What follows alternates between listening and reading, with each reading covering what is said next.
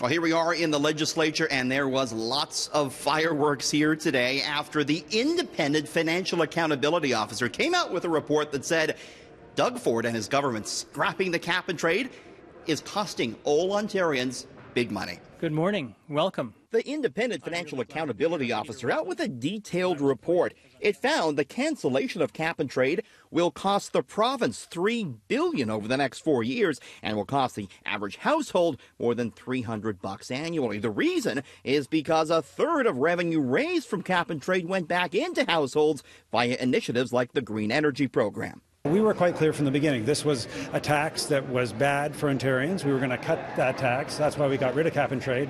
And it's $264 back in the pockets of Ontario families. Minister, the FAO was very clear. It's going to cost the province $3 billion, and taxpayers are going to have to pay for that.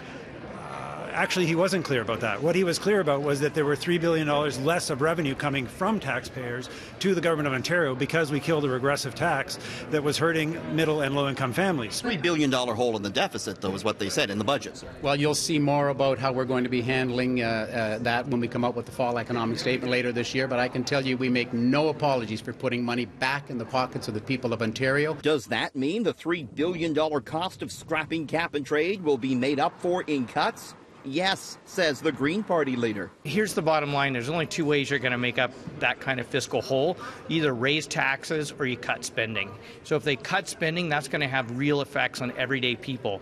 That's less money for healthcare, teachers, hospitals, education, many transit, many of the services people depend on. So they're either going to take the money out of your pocket by raising taxes, or they're going to take the money out of your pocket by cutting services. Lost here may be the environment itself. A recent UN report found the world has just 12 years to act in order to avoid a climate disaster.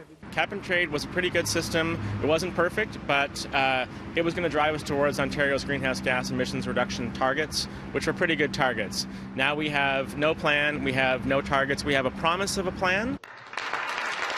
The Environment Minister says the government's climate change plan is coming at some point in the next month or two. What do you think of the UN report? Did you read that? Yeah, so it's 700 pages. So I have to say we got a summary of it. That's pretty disturbing, isn't it? I think it adds to the body of information around climate change overall. Now, the federal government is set to impose a carbon tax on Ontario come the new year, although the Ford government planning to fight that in court. If it does go into place, the report today found it could cost the average Ontario household some $250 a year. At Queen's Park, Richard Southern, City News.